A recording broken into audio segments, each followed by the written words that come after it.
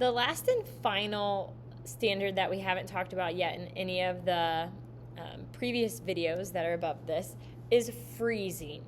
So you have freezing options within your View tab.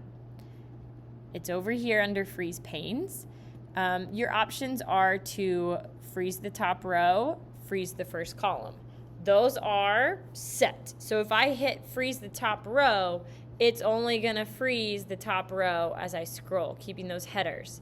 If I hit freeze the first column, that is now overriding my freeze the top row because I've just now done it. Now that left hand, that first column is frozen.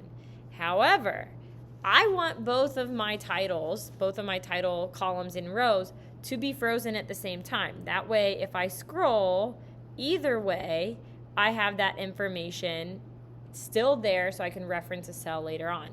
That is when you're going to need freeze panes. So since I have something frozen right now, I'm going to click unfreeze panes. So now nothing is frozen. It's back to original formatting. If you want the first two rows frozen and no columns, you would use this same method. If you want a certain amount of columns frozen and no rows, you would use this same method. Those freeze first row or top row and first column are only if you want the first or the top. If you want anything more, you have to use freeze panes. Now, you have to be clicked in a very specific cell to freeze depending on what you want.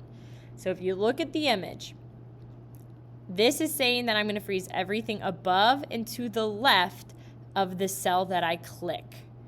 So if I want my top row and my left-hand column frozen, I need to be clicked in this cell right here. Everything above and to the left will get frozen if I click freeze panes now.